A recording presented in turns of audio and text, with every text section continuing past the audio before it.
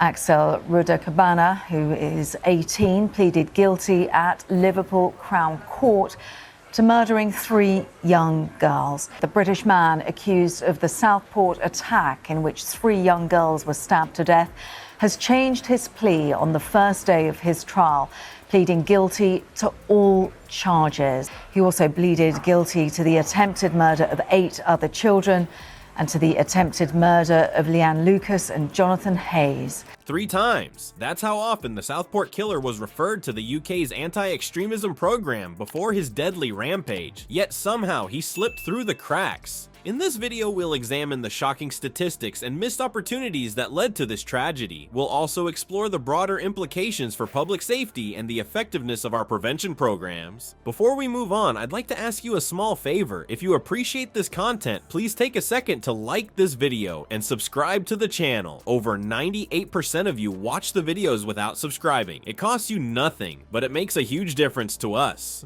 So, did you click the subscribe button? Great. Thank you so much. Now, back to the video. As the sun rose on that fateful January morning, the Heart Space Studios in Southport buzzed with excitement. Young girls, some as young as 7, eagerly arrived for their Taylor Swift-themed dance class. Their faces beamed with anticipation, unaware that their world was about to be shattered by an unthinkable act of violence. The events today are just truly awful, and I know the whole country is deeply shocked at what they've seen and what they've heard. I do want to thank the emergency services of Merseyside Police, who've had to respond to the most difficult of circumstances today.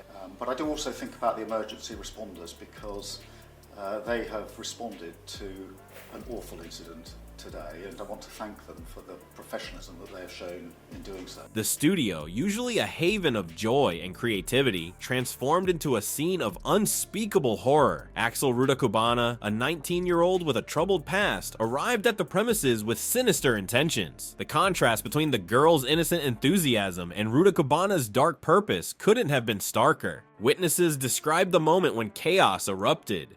One parent, who had just dropped off her daughter, recalled hearing horrific screams emanating from the studio. The sound of shattering glass and desperate cries for help pierced the air as Rudakabana launched his frenzied attack. In the midst of this nightmare, heroes emerged. Dance instructor Leanne Lucas, despite being seriously injured herself, managed to shepherd some of the children to safety. Her quick thinking and selfless actions undoubtedly saved lives. We have to be very, very careful about the suspect, the defendant, who has been charged now with the murders of 3 kids and attacking kids. The Prime Minister, the Home Secretary, and indeed the police knew that there was a terror-related aspect to Axel Rudakabana. Well, I think the timing was very carefully engineered. I think my own sense is that Keir Starmer and the Home Secretary knew perfectly well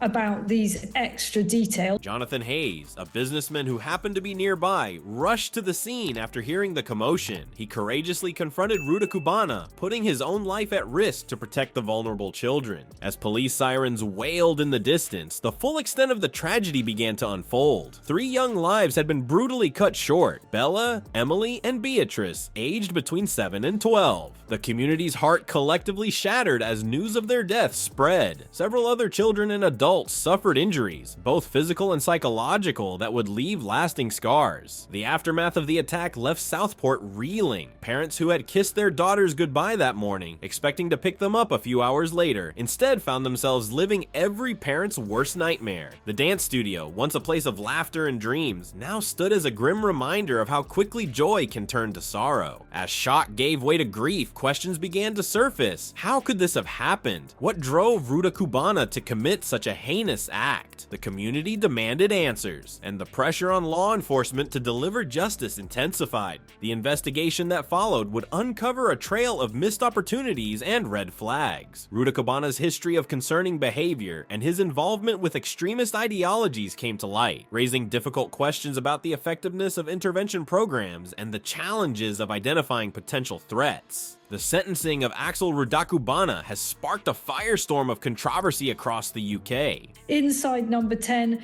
set out precisely why in his experience, Sir Keir Starmer would have known about this perhaps within hours. You know, in the House of Commons, you have legal privilege.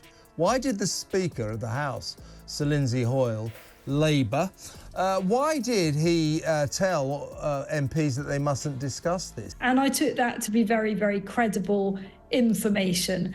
And it was extraordinary at Prime Minister's questions today to see the Speaker, Lindsay Hoyle, effectively shutting MPs down. 52 years behind bars, the longest minimum term ever handed to someone his age in Britain. But for many, it's not nearly enough. The heartbroken families of Bella, Emily, and Beatrice are left grappling with a punishment they feel doesn't match the horrific nature of the crime. So why wasn't Ruta Cubana locked up for life? The answer lies in a quirk of timing that has exposed the rigid nature of UK sentencing laws. Ruta Cubana committed his atrocious acts just 9 days shy of his 18th birthday, a critical threshold that prevented the judge from imposing a whole life order. Had he been barely a week older, he would have faced the prospect of dying behind bars. Instead, he could theoretically walk free before his 70th birthday. This legal technicality has ignited a heated debate. On one side, grieving families and MPs argue the sentence is woefully inadequate for such a monstrous crime. Southport MP Patrick Hurley didn't mince words, calling for an urgent review of sentencing laws for underage offenders. The parent of one surviving child was even more blunt, stating Ruta Cubana should rot in jail and demanding changes to how young killers are punished. But legal experts are divided. Some argue that 52 years is already an exceptionally harsh term for someone Ruta Cubana's age. They point out that he'll likely spend the majority of his life incarcerated, emerging into a world utterly changed, if he's ever released at all. Prime Minister Sir Keir Starmer seemed to echo this sentiment, describing Ruta Cubana as a vile offender who will probably never see freedom again.